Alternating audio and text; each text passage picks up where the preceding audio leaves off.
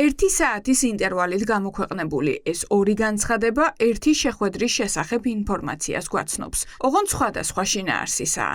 ევროკავშირის ელჩმა საგარეო საქმეთა სამინისტროში შეხვედრა ითხოვა. მივიდა და გააფრთხილა, რომ გრანტების შესახებ კანონში დაგეგმილი ცვლილებები საქართველოში დიპლომატიური მისიების მუშაობას ფაქტობრივად შეუძლებელს გახდის. მაკა ბოჭორიშვილის უწყება კი ელჩის ამ გზავნილს მალავს და განცხადებაში მხოლოდ საკუთარ მოთხოვნებს ესაუბრობს.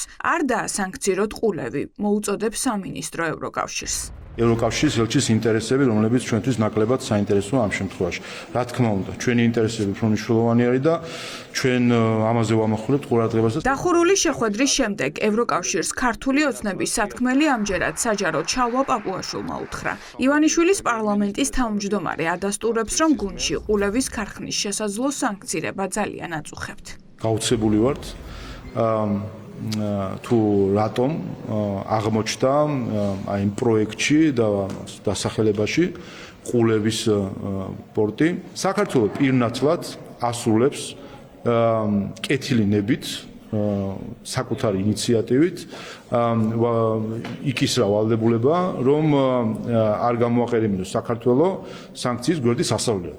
არანაირი ვალდებულება ჩვენ ევროკავშირთან არ აქვს საერთოდ. ეს არის ჩვენი კეთილი ნება. მადლობა გადაგვიხადონ. ბოჭორიშვილის სამინისტროს დღეს ბრიუსელიდანაც დაუმარცხლეს, რომ გრანტების შესახებ კანონში დაგეგმილი ცვლილებები ეწინააღმდეგება ყველაფერ იმას, რაც საქართველოს ევროკავშირში გაწევრიანებაში დაეხმარება. უპასუხეს ოცნების მოთხოვნასაც ყულევის შესახებ და კიდევ გააფრთხილეს, რომ ყველა ზომა განიხილება. The EU ambassador has raised EU concerns directly with Georgian authorities. ევროკავშირის ელჩმა ევროკავშირის წუხილი პირდაპირ საქართველოს ხელისუფლებას გაუზიარა. თუ ეს ზომები მიღებული იქნება, ეს კიდევ უფრო ჩაახშობს ძირითადად დემოკრატიულ თავისუფლებებს. ეს კანონმდებლობა ეწინააღმდეგება ფუნდამენტურ უფლებებს, ევროპულ და საერთაშორისო სტანდარტებს. ეს კიდევ ერთი დემონსტრირება იქნება იმისა, რომ საქართველოს ხელისუფლება ზურგს აქცევს ქვეყნის ევროკავშირის გზას.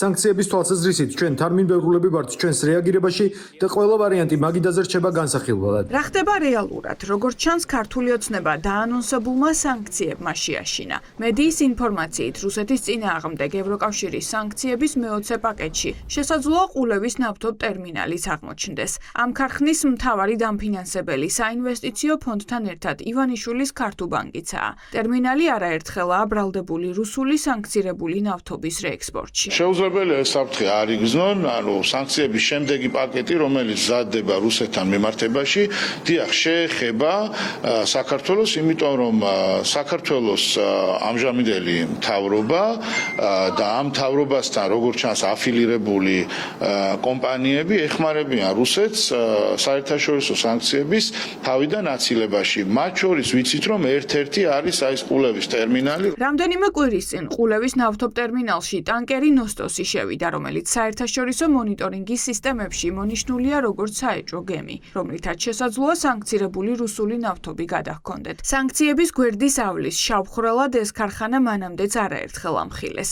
ივანიშვილის გუნდის მიერ სანქცირებულ ნავთობზე ფულის კეთება კი ქვეყანას შესაძლოა მძიმე ფასი დაუჯდეს. ივანიშვილის გადაწყვეტილებით და მისი რუსეთთან კავშირებით, ოლიგარქიული კავშირებით, ზუსტად ხდება ის, რომ საქართველოს ბევრი სასიცოცხლო ინფრასტრუქტურული ადგილი, რომელსაც აქვს გადამწყვეტი მნიშვნელობა ჩვენი ქვეყნის ეკონომიკაში, სანქციების ქვეშ მოექცეს. რატომ გააქტიურა ქართულმა ოცნებამ ყულევის შესაძლო სანქცირება გრანტების კანონში დაგეგმილი ცვლილებების განხილვის პარალელურად? არსებობს ეჭვი, რომ ოცნება ცდილობს ევროკავშირთან ივაჭროს და მოახლოებული შესაძლო სანქციების გაუქმების სანაცვლოდ რეპრესიული კანონმდებლობა შეარბილოს. ეს მხოლოდ ვარაუდია, თუმცა ოპოზიცია დარწმუნებულია, რომ ივანიშვილის ხელისუფლებას ევროკავშირთან ვაჭრობა არ გაუვა. მათ პოლიტიკურ ენას უფრო მეტი ვაჭრობის ენა დაეტყო და ეს გამოშვი ძალიან კარგად და ნათლად თელ რიგ ქმედებებში თუ სიტყვებში და მათ შორის ეს დასტურდება გარკვეულწილად ევროკავშირის საელჩოს განცხადებაში, სადაც ვკითხულობთ, რომ ყულევის სანქციების საკითხი იყო ერთ-ერთი საკითხი, რომელიც გრანტების კანონის შესახებ წარმოებული საუბრის დროსაც გაჟღერდა, რაც მიგვანიშნებს იმაზე, რომ ქართული ოცნების რეჟიმი ცდილობს ივაჭროს საკუთარი ტყავის გადარჩენის მიზნით. ივანიშვილი ვერავითარ გარიგებას ვერ დადებს და ვერ გაცვლის გრანტების კანონს ამ ყულევის სკანდალში, ამ პირიქით, იმიტომ რომ ყოველ ინდივიდუალური შემთხვევა ეს ორივე ცალ-ცალკე არის საერთაშორისო პერსონალური სანქციების და სამწუხაროდ სექტორული სანქციების სამართლებრივი საფუძველი. ამიტომ ვერავითარი გაცვლა აქ ვერ მოხდება. ევროკავშირის 27 სახელმწიფო რუსეთის წინააღმდეგ სანქციების მე-20 პაკეტზე აქტიურად მუშაობს.